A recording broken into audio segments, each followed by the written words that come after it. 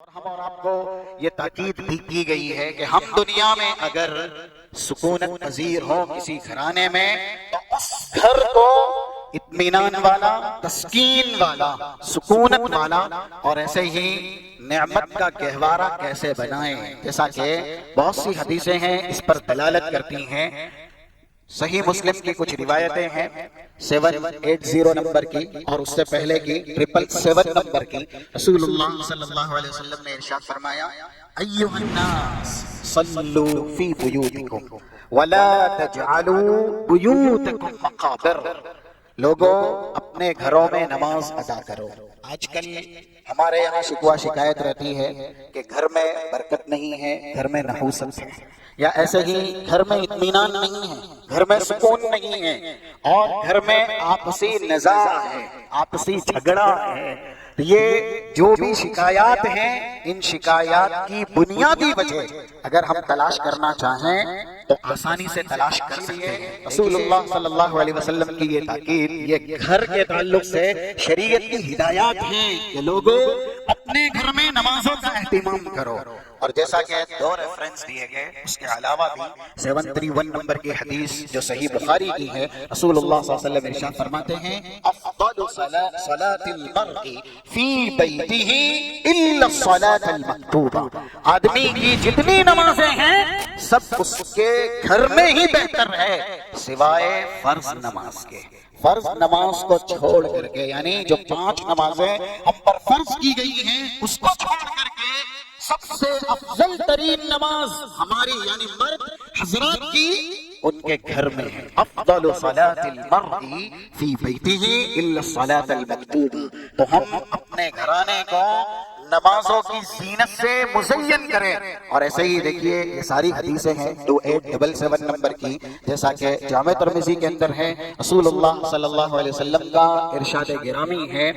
کہ جس گھرانے میں سورہ بقرہ کی تلاوت کی جاتی ہے اس گھر میں شیطان داخل نہیں ہوتا، اور صحیح مسلم میں یہ ہے کہ اگر داخل ہوا بھی ہے تو پھر شیطان اس گھرانے سے بھاگ جاتا ہے۔ 782 نمبر کی جو حدیث ابن حبان کے اندر موجود ہے اس میں یہاں تک کہا گیا الآیتان من سورۃ البقرہ، الآیتان من آخر سورۃ البقرہ، سورہ بقرہ کے اخیر کی 2 آیتیں ختمہ بہما سورۃ البقرہ، جن کے ذریعے سورہ بقرہ کو ختم کیا گیا۔ آمن الرسول یہاں سے ابتدا ہوتی ہے، اور جہاں آخری جملہ ہے فانصرنا علی القوم الکافرین، یہ 2 آیتیں اگر 3 بار یا 3 سے کم مرتبہ بھی ایک انسان اپنے گھر میں رات میں یا ایسے ہی صبح میں پڑھے گا تو وہ حدیث جو صحیح ابن حبان کے اندر ہے 782 نمبر کی، وہ دلالت کرتی ہے کہ ایسے گھرانے سے شیطان ہمیشہ دور رہے گا، شیطان کبھی بھی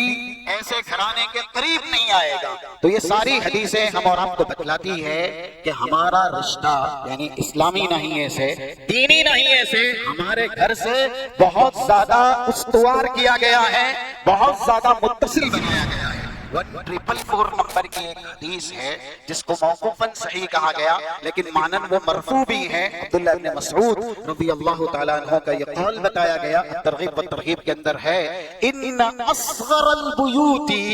بیت لیس فیہ شیء من کتاب اللہ۔ آج ہم اور آپ ہمارے گھر کو کس طرح کی زینتوں سے مزین کرنا چاہتے ہیں کہ ہمارے گھر میں دنیاوی آسائش یا ایسے ہی دنیاوی عیش و عشرت کے سارے سامان موجود ہوں، دنیا کی زیب و زینت کی ساری چیزیں گھر کے اندر ہوں۔ اگر نہیں تو ہم سمجھتے ہیں کہ یہ ہمارا گھرانہ ناقص ہے، معیوب ہے۔ اسی لیے آج ہمارے گھر میں حسب استطاعت ہر ایک دنیاوی زیب و زینت یا ایسے ہی دنیاوی عیش و عشرت کا سامان رکھتا ہے، لیکن یہ قول عبداللہ بن مسعود کا جو معنن مرفوع ہے یعنی رسول اللہ صلی اللہ علیہ وسلم کی حدیث پر دلالت کرتا ہے، سب سے حقیر ترین گھرانہ وہ ہے اگرچہ اونچائی میں کتنا ہی بلند کیوں نہ ہو، چوڑائی میں کتنا ہی وسیع اور عریض کیوں نہ ہو، اس گھرانے میں دنیاوی زیب و زینت اور ایسے ہی دنیا کی عیش و عشرت کے سارے سامان ہی موجود کیوں نہ ہو، لیکن سب سے حقیر، سب سے کمتر اور سب سے زیادہ چھوٹا گھرانہ وہ ہے جس میں کتاب اللہ کی تلاوت نہیں کی جاتی،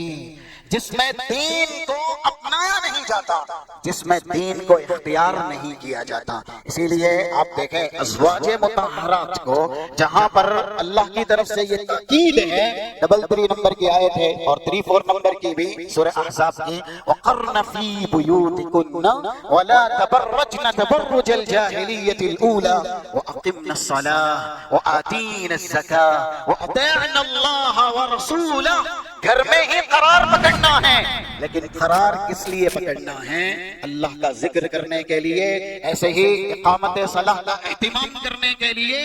جو وحی نازل ہوتی ہے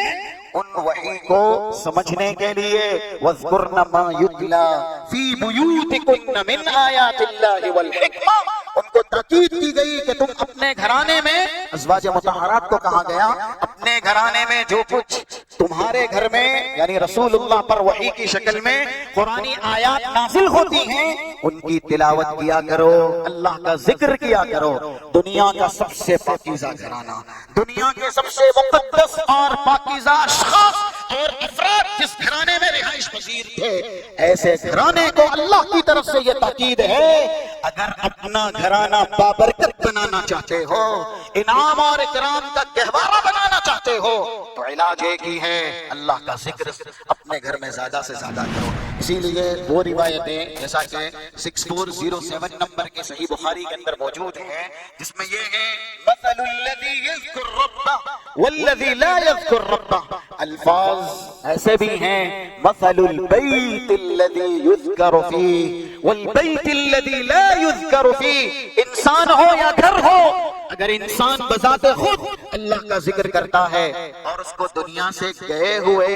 کتنے سال ہی کیوں نہ ہو گئے ہو، عرصہ طویل ہی کیوں نہ ہو گیا ہو، لیکن وہ ذاکر تھا، دیندار تھا، عابد تھا، زاہد تھا، قرآن اور حدیث پر عمل پیرا ہونے والا تھا،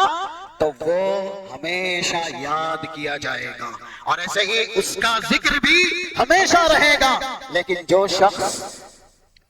شخصی طور سے اللہ کو یاد نہیں کرتا، دین اختیار نہیں کرتا، نمازوں کی حفاظت نہیں کرتا، وہ زندہ ہے، زمین پہ موجود ہے، چلتا ہے، پھر رہا ہے، لیکن اس کا شمار مردے میں ہے، میت میں ہے۔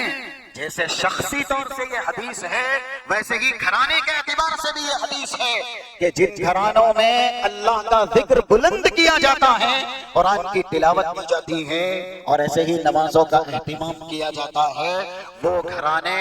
زندہ ہیں۔ یعنی ان گھرانوں کو تشبیہ دی گئی ہے، اللہ کی رحمتیں برکتیں ایسے گھرانوں پر طاری رہتی ہیں، نازل ہوتی رہتی ہیں، اور جن گھرانوں میں اللہ کا ذکر نہیں ہوتا، ایسے گھرانوں کو تشبیہ دی گئی ہے کہ یہ شہر خاموشاں ہیں، قبرستان ہے، ان کا گھر ہے جو زندہ نہیں ہے، مرے ہوئے ہیں۔ اس لیے ہم اور آپ اپنے گھرانے کو اللہ کی رحمت سے اور اس کی برکت سے اور ایسے ہی اس کے فضل اور اکرام سے ہمکنار کروانا چاہتے ہیں تو شریعت نے یہ تعلیم دی ہے، اپنے گھر میں قرآن اور حدیث کی شمع روشن کریں۔